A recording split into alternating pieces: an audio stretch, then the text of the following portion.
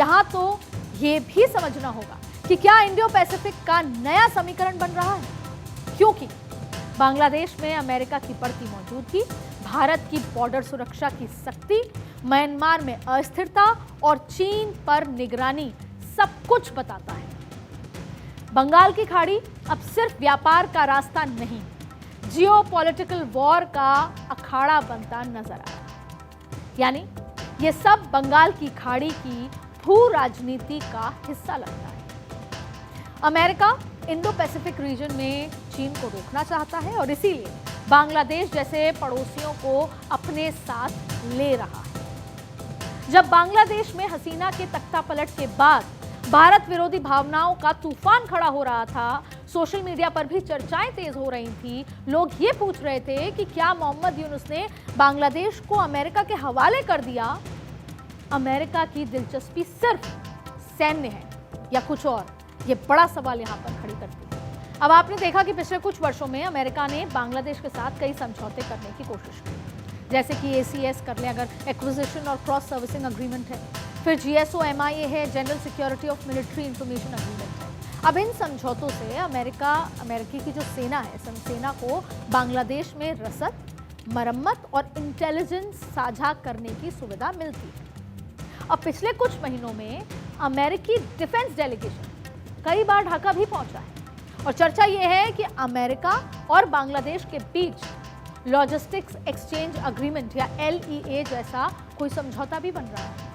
और इन समझौतों का मतलब अगर देखा जाए तो अमेरिकी जहाज, सेना और एयरक्राफ्ट को बांग्लादेशी बंदरगाहों और एयरबेस तक एक्सेस दिलाना है। अमेरिका की नजर सिर्फ बांग्लादेश में अपनी पोजीशनिंग मजबूत करने पर नहीं, बल्कि वो अफगानिस्तान से लेकर ईरान तक के मोर्चे पर घेराबंदी कर रहा है। डोनाल्ड ट्रंप ने ब्रिटेन में साफ कहा कि वो अफगानिस्तान का बगराम एयरबेस दोबारा लेने की तैयारी में।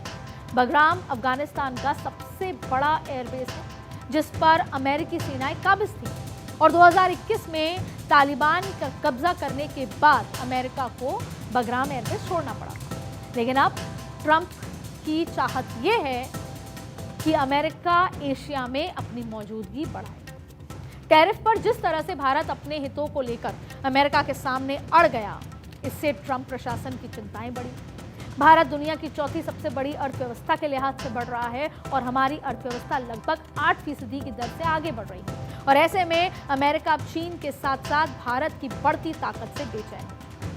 एक तरफ अमेरिका से टैरिफ और ट्रेड को लेकर बातचीत चल रही है, दूसरी तरफ लगातार ट्वीट माय फ्रेंड ट्वीट भी हो रहा है। लेकिन अमेरिका ने ईरान में चारबा पोर्ट को लेकर भारत को एक और झटका देने की कोशिश की। बातचीत अलग और पीछे के एक्शंस अलग।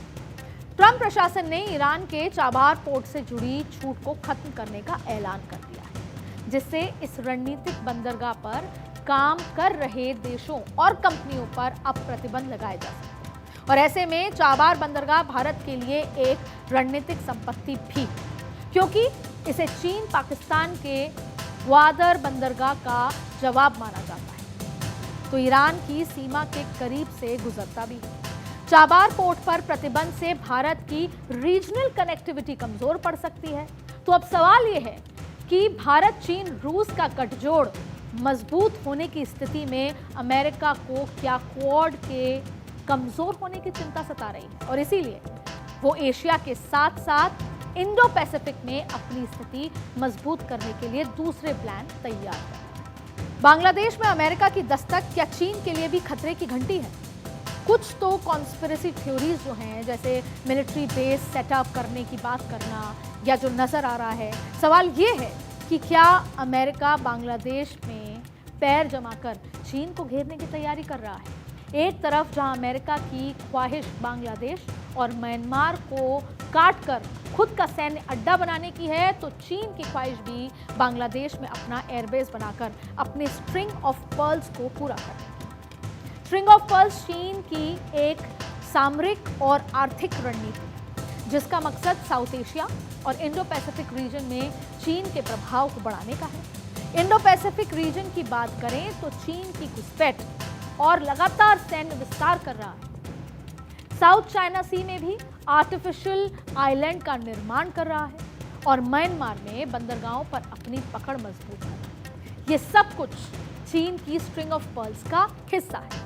चीन की स्ट्रिंग ऑफ पर्ल स्ट्रैटेजी के बारे में अगर बात करें तो ये रणनीति चीन की ओर से हिंद महासागर में महत्वपूर्ण समुद्री मार्गों यानी कि सी लाइंस ऑफ कम्युनिकेशन SLOCs पर बंदरगाह, सैन्य अड्डे और राजनयिक संबंधों के माध्यम से प्रभाव बढ़ाने की कोशिश है। इसमें मालदीव है, श्रीलंका है, पाकिस्तान है, बांग्लादेश है, म्यांमार जैसे देशों में बंदरगाहों और बुनियादी ढांचे का विकास भी शामिल है। चीन की स्ट्रिंग ऑफ पर्ल्स रणनीति के हिस्से के रूप में देखें तो ये एक ऐसा जियो स्ट्रेटेजिक चक्रव्यूह है जो भारत को समुद्र और जमीन दोनों से घेरने के इरादे से रचा जा रहा है।